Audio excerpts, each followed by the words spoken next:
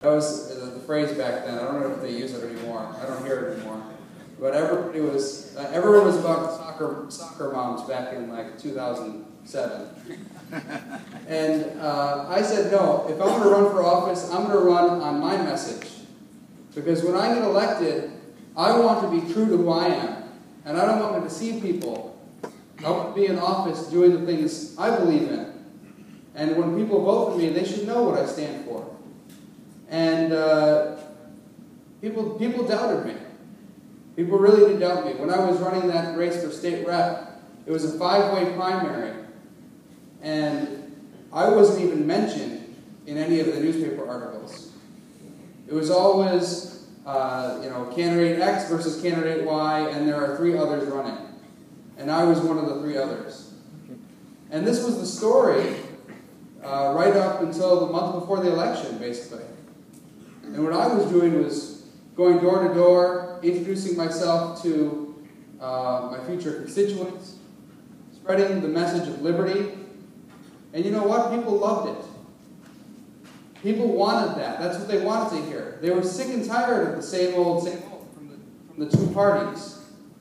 They wanted something. Sorry about the mic. It's not my mic. They wanted something different.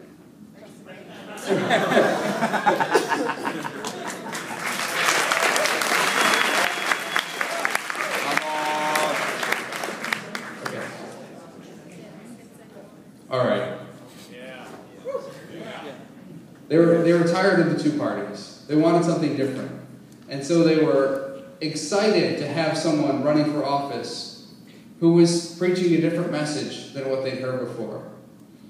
And when I was in the State House, I was the lone no vote 80 times. I don't know the exact number.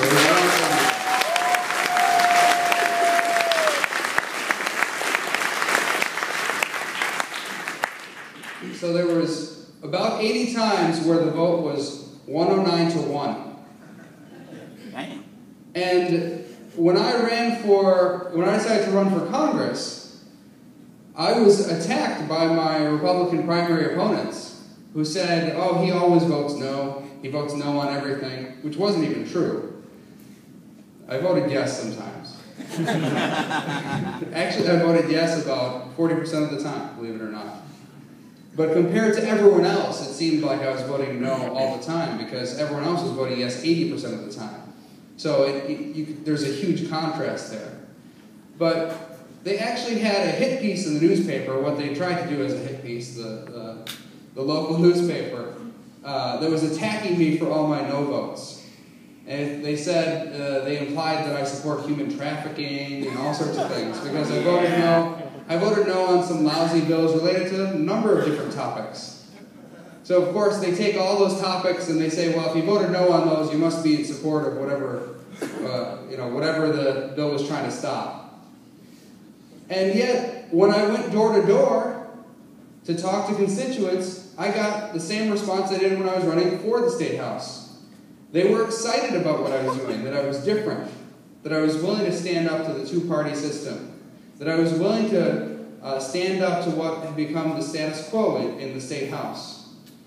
And, it was a very successful campaign. That was another 5-way primary where I pulled about more than 40% of the vote in a 5-way primary.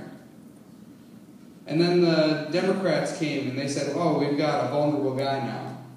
Oh, this guy, he's too out of the mainstream is how they describe it. Not because I'm out of the mainstream for society, but because I'm out of the mainstream for politics. Whenever they say someone like me or Ron Paul or Rand Paul, we're out of the mainstream, it's because we're out of the mainstream for politics. We're common sense for normal people.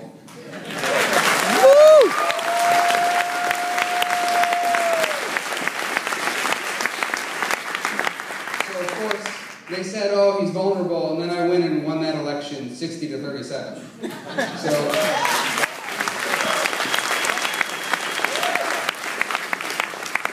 So my message to you, before we get started with the questions here, my message to you is to stay true to your principles. Stay true to what you believe in. You have to make sure that you message it in a way that people can relate to, that people can understand. Sometimes People who believe in liberty haven't done that very well. And we can get better at that. But don't ever abandon your message or your principles. In the long run, it's going to pay off. It's going to make you a stronger candidate. It's going to make you a stronger person. And, you know, who knows? Someday you may be up here on stage speaking to people while you're in Congress. So with that, I want to thank you, and let's start with a question and answer.